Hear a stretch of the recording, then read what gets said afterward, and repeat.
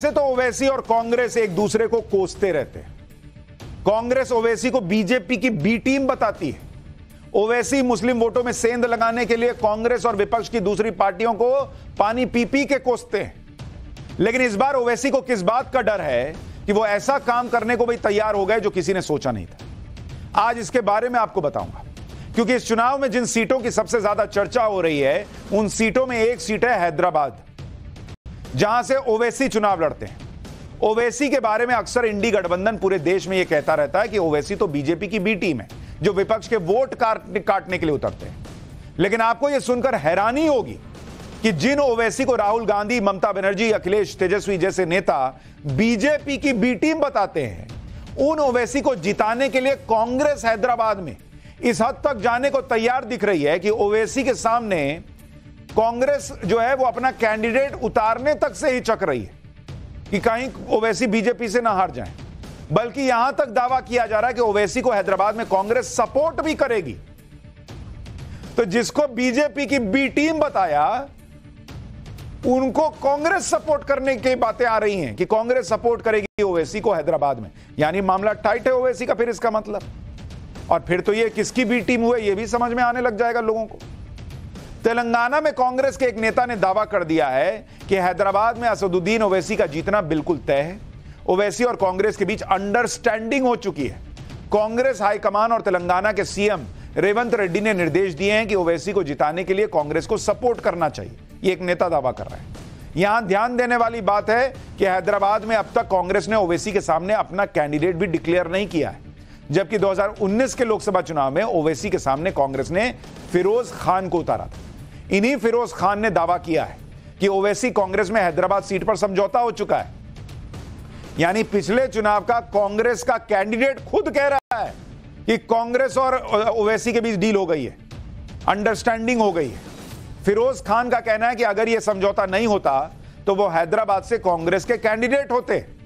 यही फिरोज खान तेलंगाना में कांग्रेस के महासचिव हैं और उन्होंने ओवैसी और कांग्रेस के बीच समझौते को लेकर क्या कहा वो सुनिए, फिर बताऊंगा कि ओवैसी को हैदराबाद में कांग्रेस के सपोर्ट की जरूरत पड़ क्यों कर रही है। Hyderabad Asaduddin will win because there is a compromise with Asaduddin or MIM party and Congress party. So there is an understanding. So it is inevitable that Asaduddin will win Hyderabad.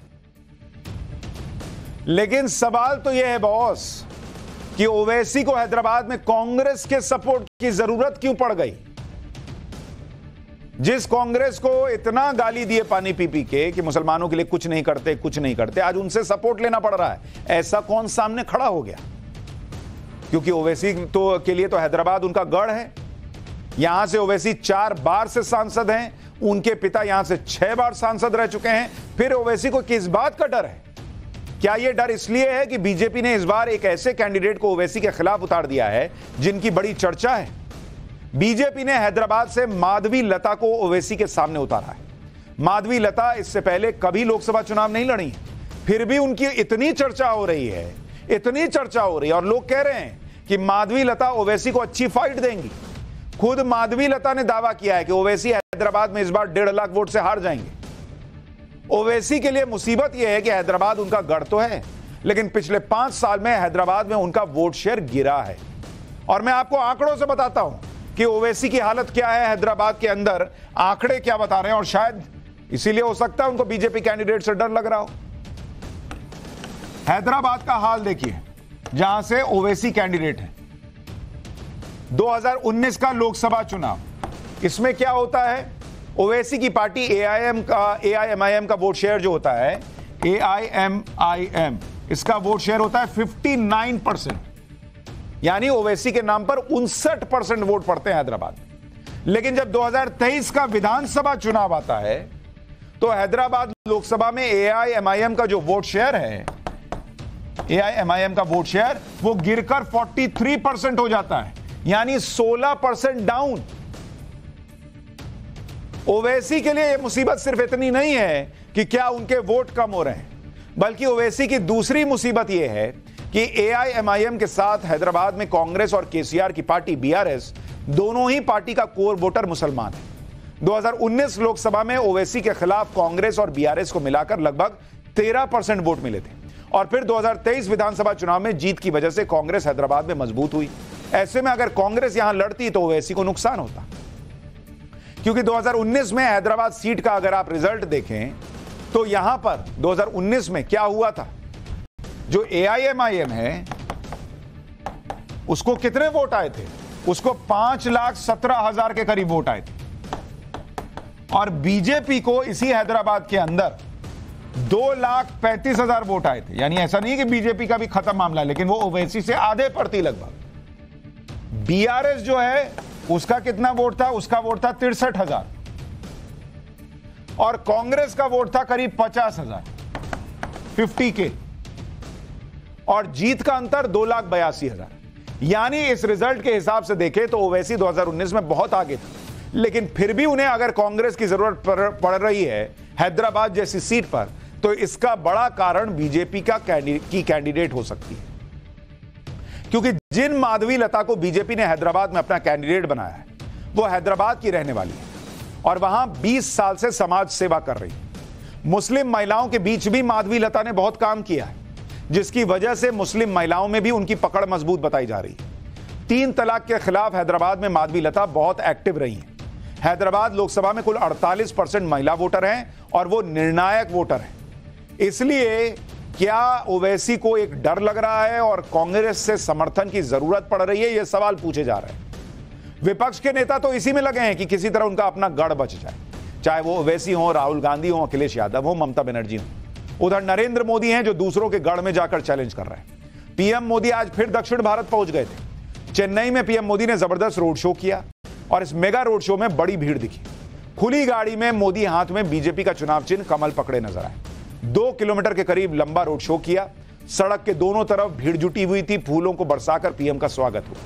आज रात चेन्नई में रुकने के बाद PM Modi कल तमिलनाडु में NDA candidates के लिए प्रचार करेंगे।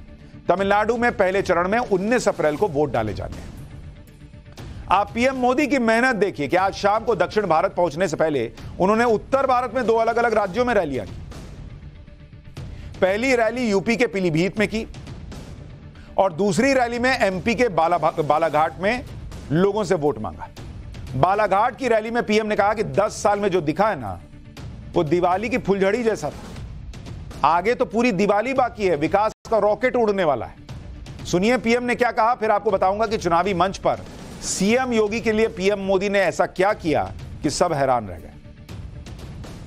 आपने देखा होगा गांव में दिवाली के दिनों में बड़ा रॉकेट छोड़ना है, बहुत ऊंचे जाने वाला रॉकेट छोड़ना है, तो बच्चे क्या करते हैं, पहले वो फुलझड़ी होती है ना, उसको जलाते हैं, फिर दूर से फुलझड़ी से उस रॉकेट को अग्नि देते हैं और फिर रॉकेट उड़ता है। होता है ना ऐसा होता है ना। अब फुलझड़ी देख करके भी लगता तो है वाह वाह बहुत बढ़िया पटाखे फूट रहे हैं, लेकिन उसका लक्ष्य तो उस रॉकेट को ऊपर ले जाना होता है। वैसे ही मोदी ने अब तक जो काम किया है ना, वो तो फुलझड़ी है, फुलझड़ी। अभी तो विकास का रॉकेट और ऊंचे ले जाना है। भारत के पूरे सामर्थ्य से असली दिवाली मननी, ये तो अभी बाकी है। मध्य प्रदेश से पहले प्रधानमंत्री मोदी ने यूपी के पीलीभीत में चुनावी रैली की और इस रैली में पीएम मोदी और सीएम योगी के बीच शानदार केमिस्ट्री की झलक भी दिखाई दी। मंच पर हुआ क्या कि सीएम योगी प्रधानमंत्री के साथ काफी देर तक तो पहले बातें करते नजर आए। इसी बीच सीएम योगी को भाषण देने के लिए बुलाया गया, जिसके लिए सीएम योगी उठे और अपनी कुर्सी हटाकर पीएम मोदी के पीछे की तरफ से पोडियम की तरफ जाने लगे ताकि सामने से ना गुजरें। तभी पीएम ने उनका हाथ पकड़ा और कहा कि सामने से जाइए ना भाई, इतना क्या लिहाज कर रहे हैं, जाइए सामने से जाइए। मतलब नरेंद्र मोदी इस बात का ध्यान रख रहे हैं कि भाई इधर से जाइए, ये उनकी केमिस्ट्री है। अच्छा, योगी जी को लग रहा था कि बड़े आदमी हैं, सीनियर आदमी हैं, तो सामने से नहीं जाना चाहिए, तो पीछे से वो घूम के जा रहे थे। अब आज जो हुआ उसकी एक भूमिका भी है। दरअसल कुछ दिन पहले पीएम मोदी और सीएम योगी मेरठ की रैली में थे। मेरठ की रैली में सीएम योगी भाषण देने के लिए पीएम मोदी के पीछे से जाते दिखाई दिए थे। देखिए उसमें एकदम पीछे से घूम के गए ताकि सामने से नहीं रास्ता कटेगा।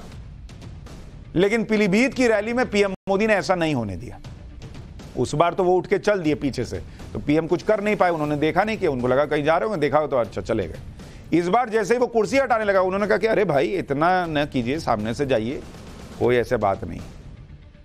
इसमें नरेंद्र मोदी की जो सहजता है वो भी दिखी, योगी आदित्यनाथ का जो आदर है प्रधानमंत्री नरेंद्र मोदी को लेकर वो भी दिखा, और दोनों की जो केमिस्ट्री है वो भी सबके सामने आ गई। तो ये तस्वीर भी आज बड़ी चर्चा का विषय बनी हुई है, जिस तरह से प्रधानमंत्री नरेंद्र मोदी ने योगी जी को कहा कि इधर से चले जाइए, और जैसे नहीं होता कि टीचर ने कहा कि अरे इधर से जाइए, और योगी जी भी मुस्कुराने लगे और पीएम भी मुस्कुराने लगे।